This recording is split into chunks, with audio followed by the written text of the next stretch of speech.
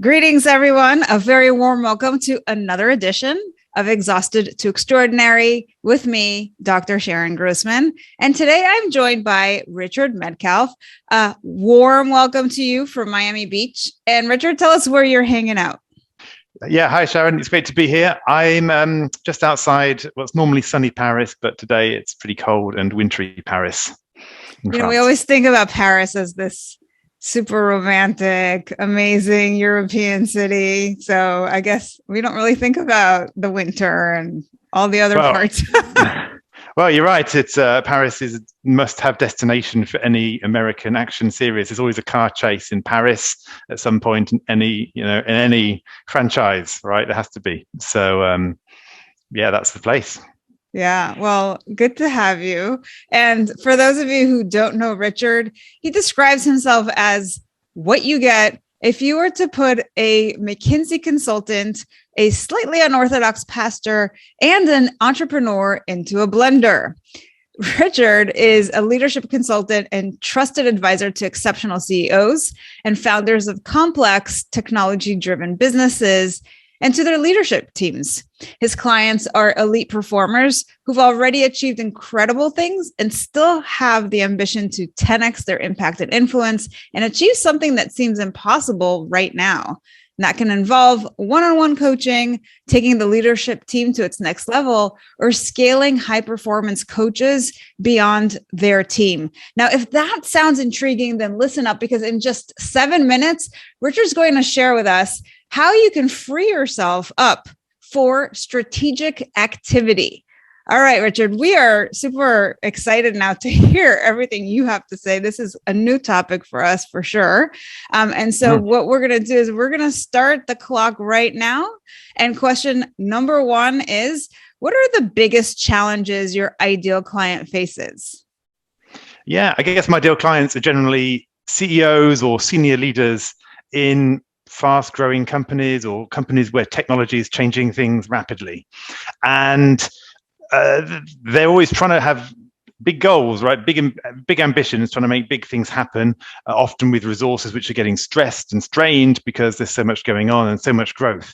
Their biggest challenge, therefore, is getting out the weeds. They're often the bottleneck. They've often got a million things that's pulling on their time.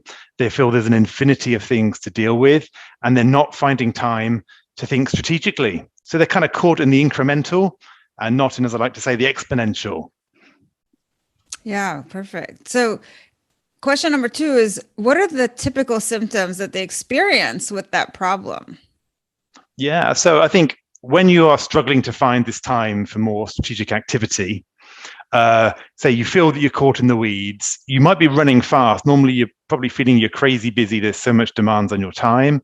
It means that you're working long hours and you get to the end of the day, you're not quite sure you really move things forward the way you had to do. You were just putting out fires and dealing with all the demands. If you will, you'll often feel you're not having time to think properly about the big issues. And really what happens is you get tunnel vision. So you're focused, you're driving, you're probably not, you're feeling quite focused. You're not taking the superfluous calls. You're not having time to chat to people about bigger topics. You're really running fast, but you're actually missing the big opportunities. And so you kind of get caught in this incremental approach. Things seem just to be going slowly. Your team seem not to be delivering fast enough. It all just seems very frustrating. I was going to say, that's the word that comes to mind, frustrating. Yeah, it is, because these are high performers who've got big ambitions.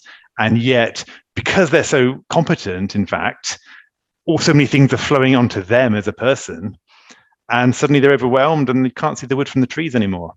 All right. So we've got difficulty focusing or just hyper focus on one thing where you're not able to kind of take in everything else. We've got frustration. We've got overwhelm. Question number three, what are the common mistakes they make when trying to solve that problem? And you've got 4.5 minutes.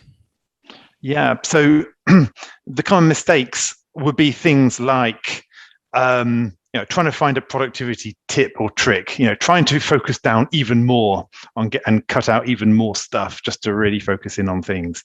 Not taking any time to think, trying to look for a tip or a trick, trying to just recruit more people as if it's always the answer. These are the kind of things that people will try, but no matter how much you do, you still in this overwhelm. And also thinking that it's going to be better next quarter. That's the classic. But that's not what really happens, is it? Not with without a big change. So question number 4 is, what would be an example of a transformation that's possible after this challenge is properly diagnosed? You've got 3 minutes, 40 seconds. Yeah. So the transformation is to really get into a place where you have time to really work on your highest value activities. Most people do the things that made them successful last year. The transformation is when you start to work on the things that make you successful in the future. And I've seen that in my clients. One of my clients was completely overwhelmed with all the demands on his time. He was actually starting to suffer from it. He was a chief financial officer. The CEO was starting to even question whether he was the right person for the role because he was so busy delivering. He wasn't managing the high-level relationships he had to. He was kind of perhaps over-promising and under-delivering. CEO wasn't seeing the transformation in the business. And in just a couple of months, he was turned around and became the right-hand man to the CEO, just because he was able to get on the front foot once again. I love it. Sounds like you do some magic there. All right. So question number 5, what's the number one mindset hack you could give your ideal client to solve that problem? You got 2.5 minutes. Well, I mean, there's many things, right? Because you have, the real issues here is that there is always a mindset challenge, and we're going to talk about that right now. There's also a behavior challenge because you need to shift your habits. And there's also a leadership challenge because you have to have some perhaps uncomfortable conversations, because when you're going to change the way you work, it impacts the people around you. Absolutely. And you need to get them on board. But in terms of the mindset hack, what I'd often ask is, you probably feel right now that you have to do so many things because of the external world.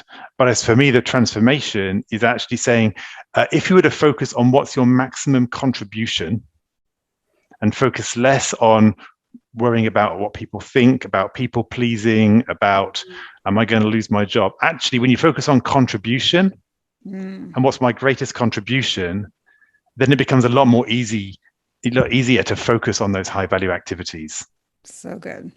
All right. Question number 6. What's one valuable free resource that you can direct people to that will further help with that problem? And you've got 1 minute, 23 seconds. Yeah. So I have a 10-question calculator, executive productivity calculator. Very simple, but it just gives you a sense of right now, how are you doing on this question of being strategic with your use of time? It's really simple. You don't even need to put an email address to get your result. And you can get that at my website, xquadrant.com/go/productivity-assessment. Yeah, no worries. We will have that link in the show notes. That'll make it easier. Yeah, for sure. Question number 7. What's the one question I should have asked you but didn't that would give great value to our audience? And you've got 45 seconds. I think the one question is, where else does this show up in the organization? Because if leader, you're overwhelmed and can't see the wood from the trees, everybody else in your organization, your direct reports, everybody else is going to be suffering the same. And equally, if you don't help them overcome their issues around time management and around focus, it's also quite hard for you to completely resolve your issues. So there's a linked system here where it's important to work on yourself, and there's great impact when you do that, but you've got to also think about the broader system and how am I going to change the culture around me? That's so good. Well, Richard, you have really shared some valuable tips. And if you're a super high achiever and you're really looking to get to the next level in your career, highly encourage you at the very least to get Richard's freebie and then reach out to him because he can help you be that much more successful. Richard, any last words you want to share with our audience? No, I think I'm going to go and grab myself a cup of tea. That was an intense 7 minutes. So well, thanks for being here from Paris, and all the best to you. Okay, you're welcome. Thanks so much.